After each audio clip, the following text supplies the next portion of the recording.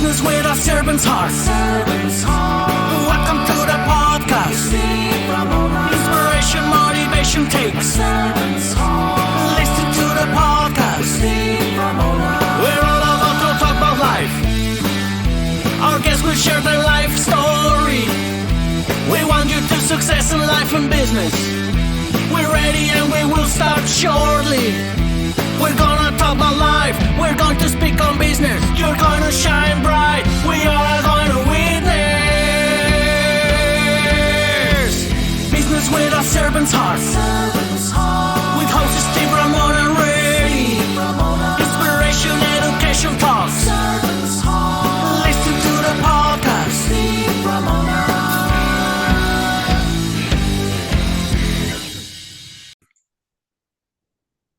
Welcome, everyone, to Doing Business with a Servant's Heart podcast. I'm your host, Steve Ramona.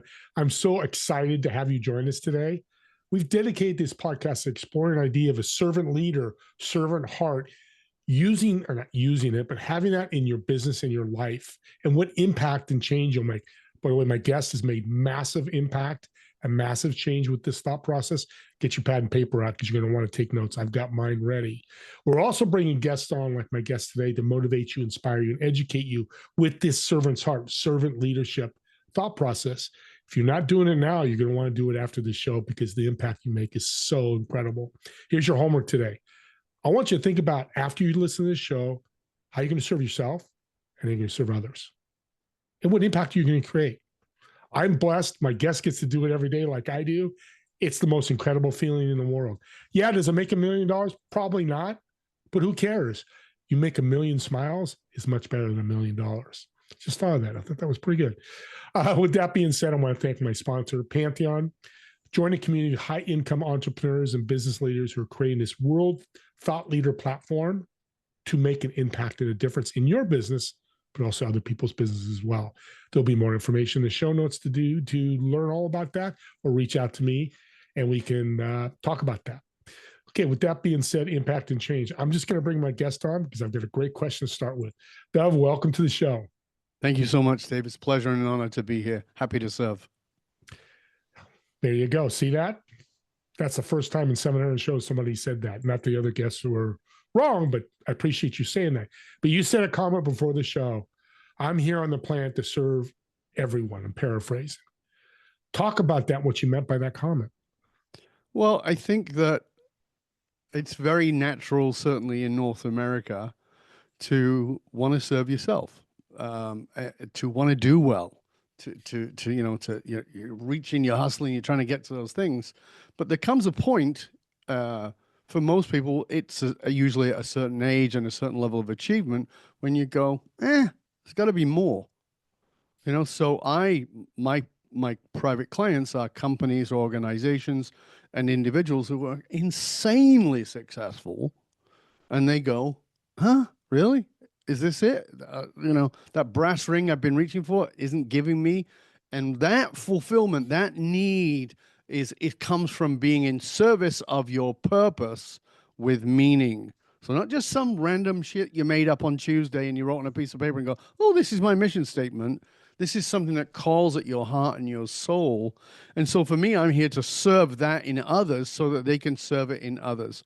So I'm serving those who want to serve from a heart level, from a soul level, from their emotional source code. That's what I do. That's a unique perspective I've never heard before, that they've reached the brass ring. They've got everything. Mm-hmm. What do I do now? And what you're saying is go serve more, serve as much as you can. Well, it's interesting, isn't it? I mean, because who do you know? I mean, I can remember when people retired at 60 or 65, and it was like, it was a done deal. Like, hey, 3 weeks, I'm retired, whatever it is. And now I don't know anybody who wants to retire, right? Some people don't have a choice. They've just got to maintain a lifestyle or just trying to keep up financially. But most people who are successful are like, yeah, I don't want to die of boredom. I don't want to go play golf for the rest of my life. So they want to do something, and they've reached all those accolades. They've got 2 houses. They can cruise the world. They can do all those things. They've bought the jewelry or whatever it might be, and they realize something is missing. And the answer is service. Now, let me be clear, because this is important. When I say service, I'm not talking about going out and doing all the charity work. Yes, do that, but that's not what I'm talking about. I'm encouraging you to do that, but that's not what I'm talking about. I'm not talking about doing service for the pats on the back or the accolades or even the wing of the hospital with your name on it. No. What we're talking about here is serving your soul to serve others. What is it inside of you that's always called out, that wants to give something, but you wish when you were 15 you had the money to do that, to help those people? When you were 25, you wish you had the money, you wish you had the experience to help those people. You wish you could do something about X or Y or Z. Now you can. That's what you need to sit down. And this is not something you're going to do in 10 minutes. Sit down, take out a journal, write it down. Like, what is it that I've always hungered for? What is the pain in the world that I have seen that I want to make a difference in? Maybe I won't change the world for it, but maybe I'll have some impact with my knowledge, with my experience, with my money, with my influence. That's what I'm talking about, serving at that level. Some impact is better than nothing. No impact. I love that. There's no scoreboard impact, no scoreboard insert. I love all this because that's what people try to do. Hey, Dub, I just gave you 5 referrals. Can you give me 5?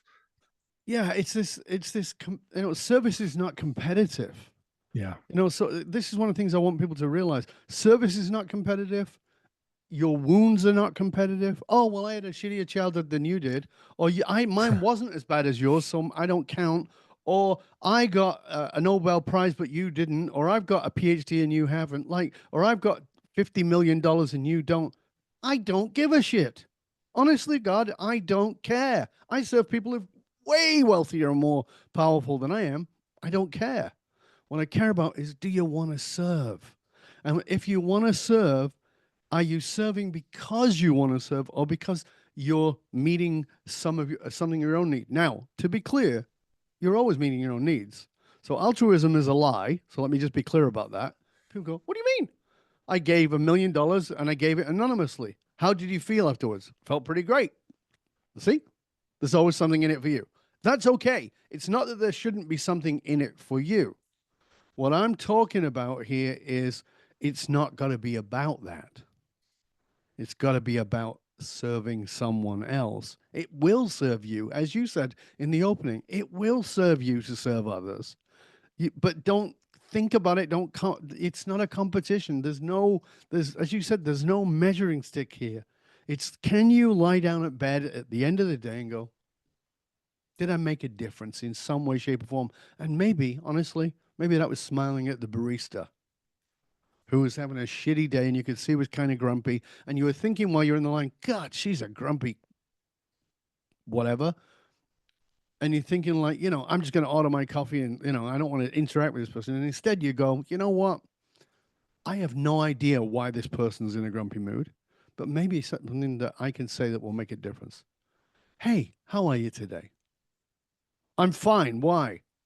Just wanted you to know that I really appreciate you being here. Thank you for your service. What? It's Wow. powerful. Service is not a grandiosity. It's action every single day, all day long. It's smiling at the person behind the counter saying, wow, I love your glasses, or what a great top, or whatever it is. Something that just will lift somebody's day. That's what service is about. Making that impact. So transformational, not transactional. That's what we're talking about here. Absolutely. Wow. Transform and leading people from that place in your organization. And by that, I mean, even if you're a middle manager, leading at that level, right? It's like, this is not transactional. I need you to do A, B, C, and D because that's your job. But I'm going to serve you in any way you need, not only to get A, B, C, and D done, but like, what's going on? Hey, Bob, you're usually fantastic with this. And, I notice you're a bit sluggish. What's going on? Oh, I don't want to talk about it. Oh, it's okay. I'm here. Let's talk. Let's go for a cup of coffee. Let's go for a walk. It's a nice day. Let's go for a walk. We'll just go for a walk around the block a couple of times. We'll get some air. We'll get some light. And tell me what's going on. And maybe I can't help, but maybe what you need is just someone you can talk to who's not going to hold it over your head. Really? Yeah, really. And then don't. Yeah. Do not ever even consider holding it over their head, because what they might tell you if you are really, really fortunate, is you're an asshole. Maybe what they'll tell you is something about you that's true that you need to examine, that you never, not because you're a horrible person, but because we all have blind spots. And you go, really? I spoke to you that way? And they go, yeah. And I felt horrible. Oh my God, I had no idea I'd done that. I'm so sorry. Please accept my apology. And you lay out a healthy apology and you say, I want to do better. Can you and I have a code? And they go, what? Yeah. When I behave like that, what's your favorite show? And they say, oh, I love, I don't know, Yellowstone, right? And you go, okay, great. Here's our code. And they go, what? If I'm ever speaking to you that way, you just say to me, have you seen the latest episode of Yellowstone? You can interrupt me and say that. No one else will know. It's our code. But you and I will know that I'm being an asshole and I need to behave better. And I'll thank you and I'll smile because I won't feel embarrassed because you've not ridiculed me and you've actually helped me. Would you be willing to do that, Bob? Oh, really? I can do that? Yeah, nobody's going to know. You're helping me be a better person. You're helping me to serve you and serve all of us better.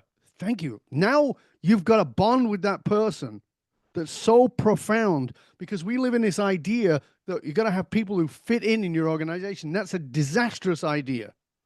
I have a program and a course, and I'm writing a brand new book on it called Cultures of Belonging. People want to belong. They want a tribe. They don't want to fit in. They don't want to lob a piece of themselves off in order to fit in your organization. And this kind of interaction, that level of depth and truth and honesty and service, that bonds people to you. They ain't going anywhere.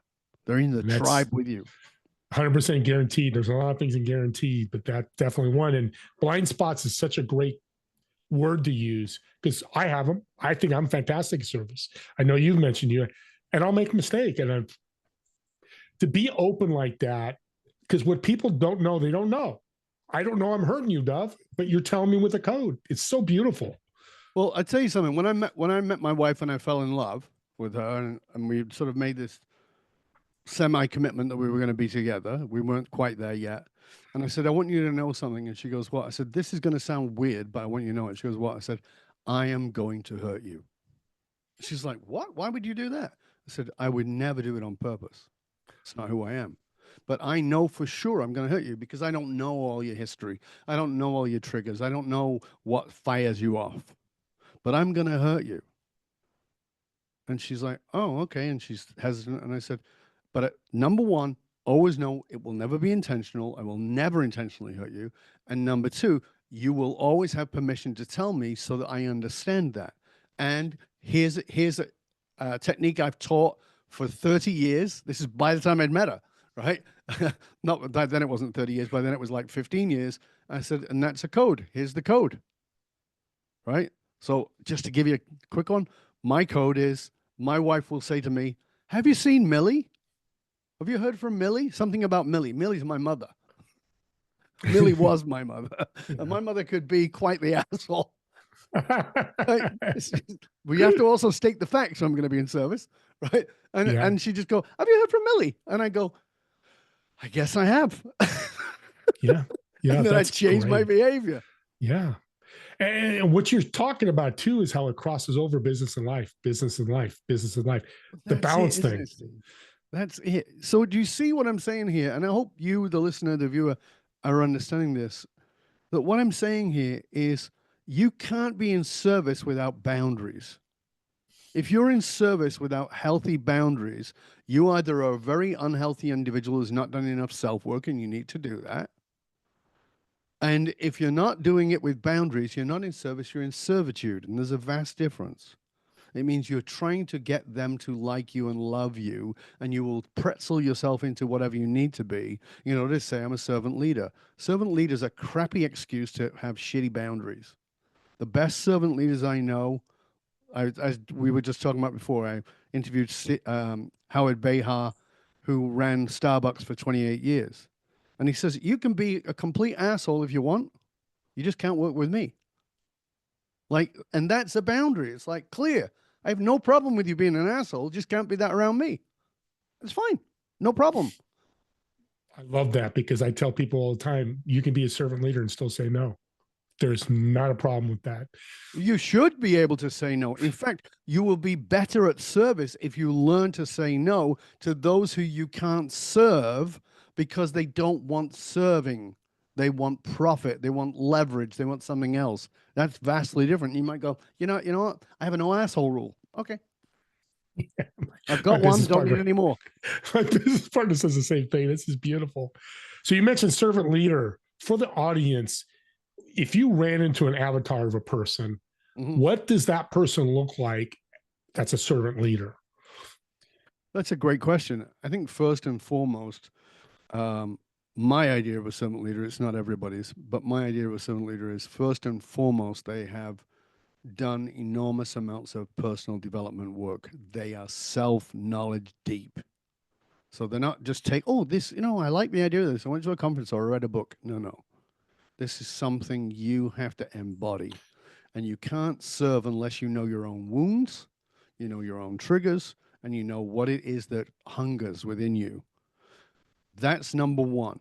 From that, you then find out what are your maxims, not your values, your maxims. Values are often societal. I said, what's your value? Say, family. I go, okay, what does that mean? My mom, my dad, my kids, so people who are related to you by blood. I go, yeah. I said, do you ever feel like somebody's family who's not related to you by blood? Yeah. Oh, I never thought about that. Because you have a value, you don't have a maxim. You've not dug deep. You have to dig deep into the emotionality of it, even at levels of 3 and 4 and 5 levels of depth to really get to what the maximum of it, because the maximum of it is non-negotiable. So you've got to know what are your maxims. And then from there, you go, okay, what's my purpose? Not my mission. That's different. What's my purpose? What am I here on the planet to do, to serve? What is it that's driving me at an unconscious level? And if you want a clue on that and you don't know what it is, I'm going to help you. It's very simple. I want you to think about it this way. What is it that you wanted in your childhood that you couldn't get or couldn't get enough of? You go, well, I had great parents. Yeah, okay. To quote John Bradshaw, 97% of people grow up in dysfunctional families and the other 3% are liars. And he was one of the best psychologists ever. It's not that your family were bad. They might not have been bad, but they can be dysfunctional with very good intentions. So you go, but I know my dad loved me. I'm not saying your dad didn't love you or your mom didn't love you, but there's something you needed that you couldn't get or couldn't get enough of. So a very famous client of mine that I was working with, and I said to him, what? Oh, he goes, well, nothing. I said, come on, what? Finally, he goes, I think probably more time with my dad, more connection with my dad. I go, okay. And he goes, then he's like, waits a minute, and then he goes, no, that's not true. I went fishing with my dad. And I go, oh, that's great. What was that like? And he tells me it was really good, blah, blah, blah. I said, how often did it happen? He goes, twice. I go, do you think you might have needed more? And he went, oh, very cool. God. I said, so your dad gave you a taste of something that was really important to you, and you're still hungry for it. That's part of what you need to serve in the world. You have to go to that place where you didn't get something or you didn't get enough of something, and then give that to others. Then you're in service of your purpose, serving them. I love so it. To me, that really summarizes it. It's a great way. It's one of the top ways I've ever heard, because for me, it's transformational. That's my whole goal. I jump on a podcast with you. I want to transform people. That's me. That's my purpose. And it's really fed me well. Maxims. Describe that a little more. I've got it on my notes, but when you say maxim, what do you mean by that? Well, as I said, I use the word maxims because they're different than values. Values are surface level. They're societal. Every politician's got a bunch of values that they put out and never follow through on. So, I don't care about your values. And if you have only values, then you'll come up with a mission statement that you'll put on the wall and tell us that we live by this, and your name's Enron. And you're the most perverted, corrupt company ever, but you made everybody look at the mission statement on the wall because it was based on values, not on maxims. Maxims are emotionally embedded. They're not intellectual ideas. So a maxim is non-negotiable, absolutely non-negotiable. Under any circumstances, this has to be present. right? So I'll give you I'll give you a personal reference, and that might help. Yeah. So when my wife and I were deciding to get married, I said, I want you to know, and she's like, what? I go, this is going to shock you, but I want you to know you're free to sleep with anybody you want. She's like, what? And I said, so am I. And she went, what? I don't agree to that. And I said, wait. I said, you're free to sleep with anybody else because I can't control you. I have no control of you whatsoever. But you need to know that monogamy is a maxim for me. She's like, hold on, I can sleep with anybody I want, and you can sleep with anybody you want, but monogamy is a maxim? I don't understand. I said, because it's non-negotiable. You're free to sleep with anybody you want because I can't control you. That's another maxim of mine. I can't control you. I can't control anybody else. So you can sleep with anybody you want, as can I, but the marriage is over because it's non-negotiable. Very I will never try and interesting. control you. Yep. If you fall in love with somebody else, then I have to understand and respect that. I can't control that. I'm not going to beg you to not do that. My maxim is very solid. I'm monogamous. It's a maxim for me. I've tried other things when I was single. Doesn't work for me. It's not bad, not wrong. It just doesn't work for me. Okay. Soulfully, it doesn't sit right. Okay. So I'm never controlling the other person with my maxim. When we have values, we try to control others with them. Well, this is my value, and if you're going to work here, you have to have my value. No, you don't, because you don't even have your value.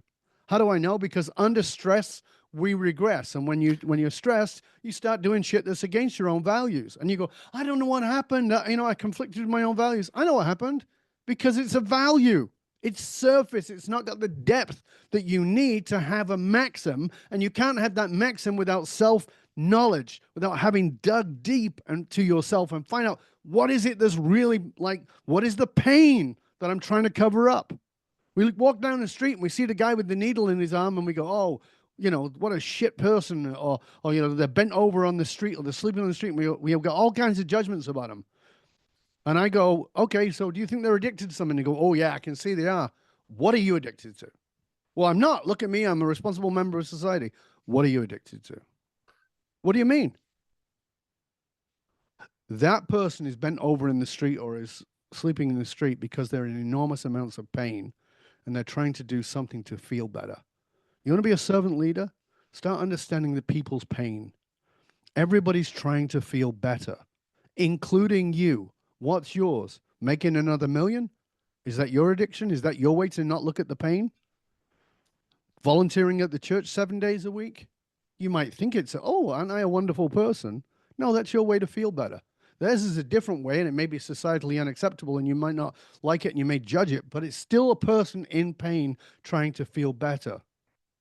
Now look at yourself and say, how do I do it? Because you don't know your maxims, and you don't know your purpose until you've looked at your pain. That's why personal development, self-knowledge is so important. And I'm working with people who have got billions of dollars and all kinds of crazy success, who are politically powerful and all the rest of it. And then they suddenly go, never thought about that. Yeah, of course you didn't. I understand.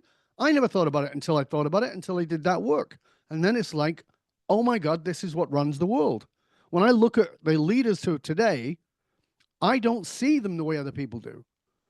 I just don't see them. I just wrote a big piece on my blog on dovebaron.com on Curious Chronicles, and I wrote about how Elon Musk's trauma is running his life. It's created an enormous empire for him, but it's also got him in the White House.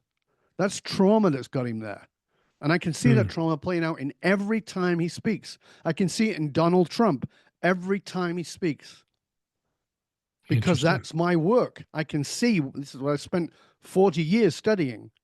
I can see what drives people that they are completely blind to, not because they're bad people, but because they've never had anybody who's challenged them to look into those places so that they can serve. Now, there are some people who are never going to look into those places, and that's fine. I just don't want to be around them. Yeah. Again, my boundary. Yeah, I was going to say, your boundary. As I said, I already have one. I don't need any more assholes. Well, yeah, that's your maxim. You described maxim to the T. I've got good notes. Audience, maxim. Think about that, because it sounds like we're coming to the end here a lot of people don't know those purpose and maxim, and that's causing havoc in their life, right? When you say a lot of people, I would say 99% of people. Yeah. At the highest possible levels and at every other level. If you're at the lower levels, you're just trying to make it. You're just trying to feed your family and put a roof over your head and protect. And I understand that. You don't have time for that stuff. I get it. And if you're at the upper levels, you're telling yourself you don't have time for that stuff because you're trying to make the next million or the next billion or then do the next merger or buy the next X or Y or Z. I get it. We're all too busy for it. But when you get to your deathbed, that will be the stuff that will matter. And I know you've heard that a million times. You've heard some version of that, the deathbed, blah, blah, blah. Well, here's the thing. I just want to say this. I know we're getting close to the end, but I just want to say this. I called my daughter about 1.25 years ago, a little bit more. My daughter lives in Australia. I have 3 kids. My eldest is my daughter. She's 47 years old. She lives in Australia. And I said, and I was crying. She goes, "What's the matter, Dad?" And I said, "I'm crying because I want to say sorry." She goes, "Dad, we've done the therapy. We did the work. I know you're sorry." And I said, "Yeah."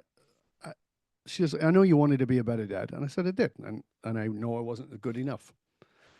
And she goes, "But why are you bringing this up now?" I said, "Did you see the video of Zara?" Now, Zara and Zeta are my 2 youngest grandchildren, who are 2 and 4 now. So then a baby and 1. And she said, "Yeah." She goes, "I love watching those videos. You're having such a good time with the kids and they're laughing and you're chasing them and blah, blah." And I go, "I wish I'd have been that dad." I said, "I'm sorry," because I know how incredibly patient and loving. I never ran out of patience. I said to my wife, "I wish I could be this man in the world. This is my youngest grandchildren inspire me to be a better man every single day because that's how I want to be." I never ran out of patience. I'm never angry. It's like, okay, it'll work out. This is the thing. That's an end of life statement. I'm not waiting to my deathbed to go, "I wish I could have been as loving." I'm like, okay, I need to be more loving. I need to be more patient. I need to be more kind, compassionate, understanding. Don't wait to the deathbed. We've all heard that conversation. Here's the thing I just want you to know before we finish up. It's very likely, when you think about the statistics, you won't wake up tomorrow. There's a very good chance that you will not wake up tomorrow. So how will you end this day? What will you think about what you did this day that you can be proud of, that you can feel fed your soul and was in service of others and in service of your soul? That's what I want to leave you with. And there's only one way to do that. Stay curious, my friends. Stay curious. Your curiosity plus your courage equals love. Audience, oh, got that stuff down. This has been an absolute incredible show. I've done 700 of these and you're blowing me out of the water. Let's end with a fun question. I want to learn a little more about you. We learned so much, and thank you for being so transparent. Those are very personal stories. It means a lot. I've got a restaurant in Canada where you live, Vancouver. I think you're Vancouver, right? I am. Beautiful Vancouver. I got to get up there and see you. Table of 4, you're going to sit in one of the chairs. In the 3 empty chairs, who are you going to invite, whether they're dead or alive, and what food would you order? Oh, that's good. Who are they? The Baal Shem Tov, who 99% of people are like, who the hell is that? Who was a Jewish mystic. The Baal Shem Tov. So I've got 2 more.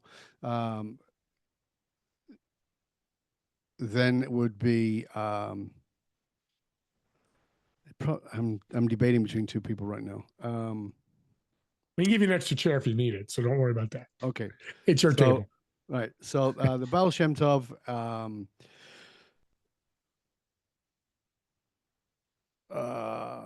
Parthasadiji, who was my Indian teacher of Vedanta, which is Hindu philosophy. Joseph Campbell and Robin Williams. Oh, I love Robin Williams. Okay.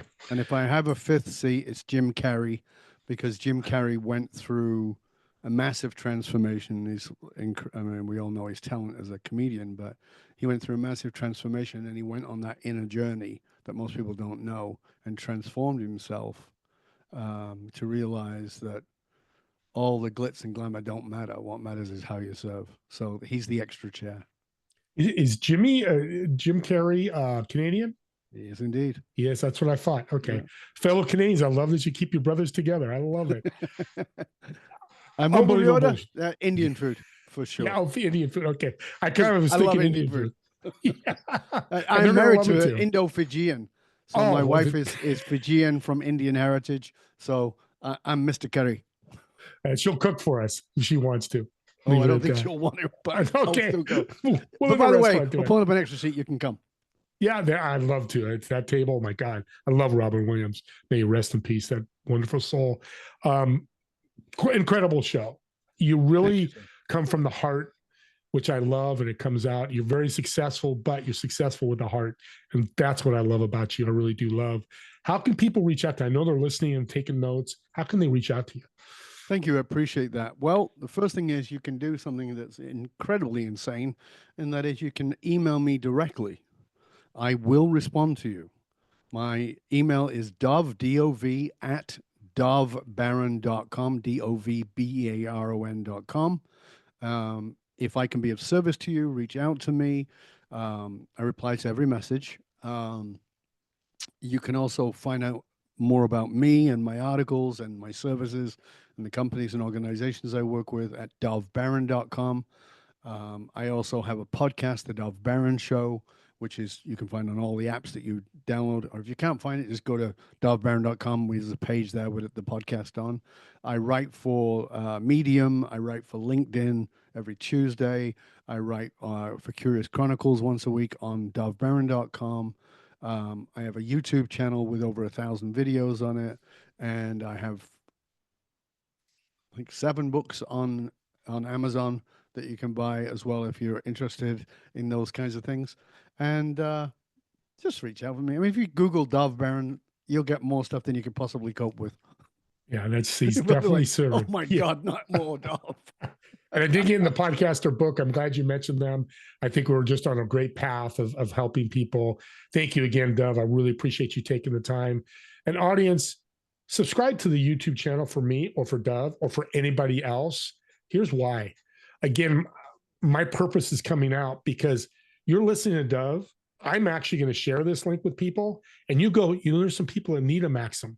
They need a non-negotiable. They need boundaries. Have them listen to Dov. And I'm going to re-listen to this and share that link. You just gave them a gift.